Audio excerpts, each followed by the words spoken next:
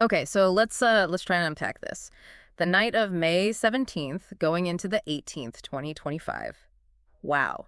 Ukraine faced the largest single drone attack of the entire war. Yeah, the scale is just staggering. Russia launched, what was it, 273 drones and decoys? Exactly, 273. And the targets were spread out: Kyiv, Dnipropetrovsk, and Donetsk oblasts. Those are, the administrative regions. Mhm. The Ukrainian Air Force reported they shot down 88, which sounds like a lot. But then there's the 128 that were lost in location. That's a huge number unaccounted for, potentially hitting targets. Right, and tragically, we know at least one civilian casualty was reported in the Kyiv region. It really underscores the danger, even with significant shoot-down rates, the sheer volume. Mm-hmm.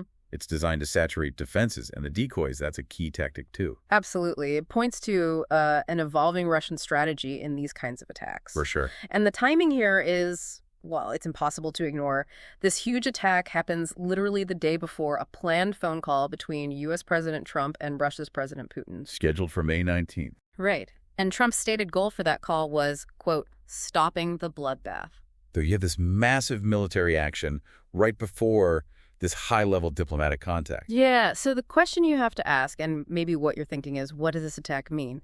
Especially with these talks supposedly about to happen. Well, it strongly suggests, doesn't it, that Russia wanted to project strength, maybe set a certain tone, establish a kind of baseline before that conversation even started. A demonstration of capability, perhaps. A signal. Could be a way to say, we're still capable of this regardless of any talks. Let's dive a bit deeper into the strike itself. It was overnight, May 17th, 18th. Mm-hmm. Launched from multiple locations inside Russia and occupied areas, Bryansk, Kursk, Oryol. Milorovo, Primorsko-Akhtarsk too, a widespread. Yeah, and the Ukrainian military identified them as mostly Shahid-type drones, plus those decoys we mentioned. The focus seemed heavy on Kyiv Oblast. That's where the casualty was reported.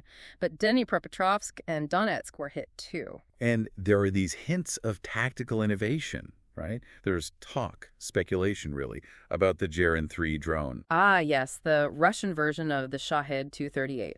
Supposedly jet-powered. Potentially jet-powered, yes, and with a larger warhead, maybe 300 kilograms.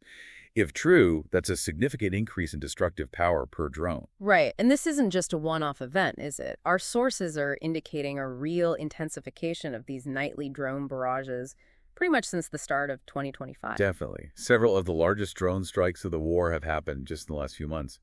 It feels like a concerted effort to find weaknesses to overwhelm Ukrainian air defenses through scale and perhaps new tech. Okay, so if we link this military action to the broader context, particularly the upcoming Trump call. Well, you can see it as the Kremlin trying hard to project this image of, strength and unwavering resolve. And didn't they release some Putin interview excerpts just before the attack, too, on the 18th? They did, from an older interview, actually, emphasizing Russia's manpower, its resources, its ability to achieve its goals in Ukraine, essentially. The usual narratives, then, about root causes and protecting Russian speakers. Pretty much, the standard lines.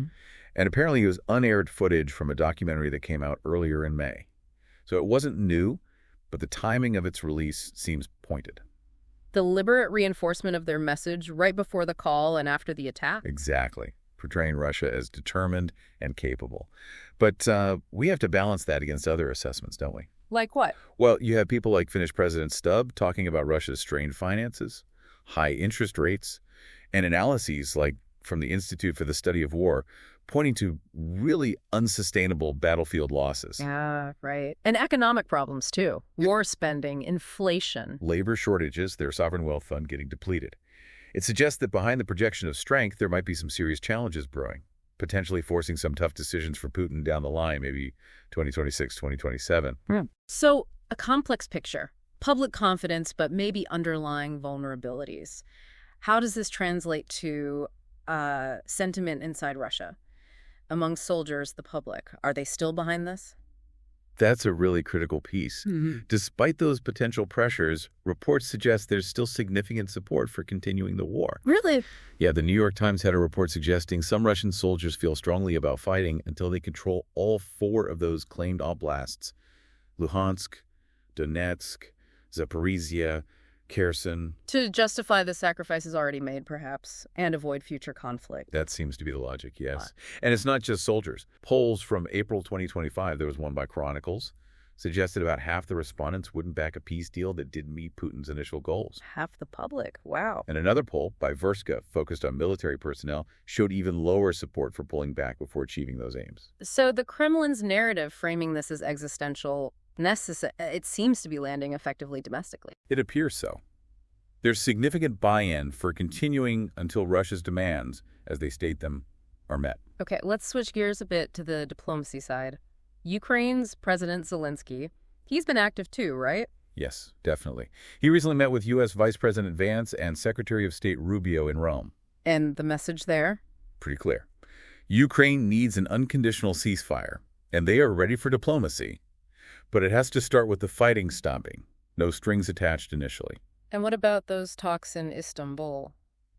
Mid-May. Right, May 16th. There was actually a concrete outcome there, an agreement to swap prisoners of war, potentially 1,000 on each side. That's significant, a positive step at least. It is, but crucially, no ceasefire agreement came out of it. Why not? What was the sticking point?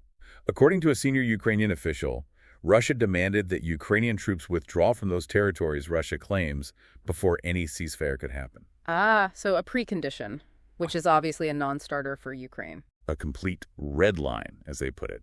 Plus, Zelensky apparently felt the Russian delegation wasn't particularly high level, perhaps indicating a lack of serious intent from Moscow at that venue. Meanwhile, you have President Trump planning these calls with both Putin and Zelensky, still aiming to end the bloodbath. Yes. And interestingly, before his call with Putin, Trump apparently spoke with several European leaders, UK Prime Minister Starmer, German Chancellor Merz. What was the focus of those calls? Reports suggest they stressed the need for an unconditional ceasefire and also discussed potential further sanctions on Russia if things don't change. So there's this fundamental disagreement on the very basis of a ceasefire. Exactly. Ukraine wants fighting to stop, period, then talk. Russia insists on conditions first, like halting military aid to Ukraine, discussing root causes. Which means neutrality, demilitarization, territory. Essentially, yes. All major concessions from Ukraine before the guns even fall silent. Very different starting points. Okay, and just quickly, the situation on the actual battlefield, any major shifts alongside all this? Well, our sources are indicating some recent Russian advances near Borova and Donetsk. These seem to be focal points. Okay. And they're still fighting up in Kursk Oblast, Russia, right? With Ukraine trying to create a buffer zone. Yes, that continues. And the Ukrainian General Staff continues to report very high Russian casualty figures, especially since that Kursk incursion began back in August 2024. Where are the main Russian pushes happening now, broadly? Still seems to be several key directions. Kharkiv Oblast, pushing toward Kharkiv City. Luhansk Oblast, aiming for Kupiansk and Borova. That's where those assessed gains near Kharkivka and Novomikhailivka fit in. Right. And then Donetsk Oblast remains very active. Near Siversk, Chasiv Yar, and Toretsk, where we saw that recent advance near Yablanivka. Also pushes around Pokrovsk and Velika Novosilka, though claims of capturing places like Bahatir are largely unconfirmed. So ongoing Russian offensives across a wide front, but maybe only localized gains in places like Borova and Toretsk recently. That seems to be the general picture, alongside that intense air, missile, and drone campaign we started with. So let's try and synthesize this. We have this record drone attack, a real show of force. Then we have these diplomatic overtures, the Trump call scheduled. How do these pieces fit together? What does it tell you about Russia's strategy right now? It looks like a multi-layered approach, doesn't it? On one hand, the military escalation, the drones, the offensive pushes. It could be about applying pressure, showing they won't back down, maybe trying to create leverage before serious talks. Trying to shape the battlefield and the negotiating table? Potentially. But at the same time, they are still engaging in some diplomacy, even if the Istanbul talks were limited and their preconditions are steep. It suggests they recognize the need for some kind of dialogue, even while escalating militarily. Okay, so if we boil it down, the key takeaways for you, the listener, seem to be, first, this clear escalation in Russia's drone warfare, bigger strikes, trying new tactics. Second, this Kremlin effort to project strength and resolve, even though there are signs of underlying economic and perhaps military strain. Third, the fact that domestic support within Russia for continuing the war, aiming for those maximalist goals, still seems quite high. And fourth, despite all the talk and meetings, there are still massive hurdles to any real diplomatic breakthrough, mostly centered on those fundamentally different conditions for a ceasefire. So here's something to mull over.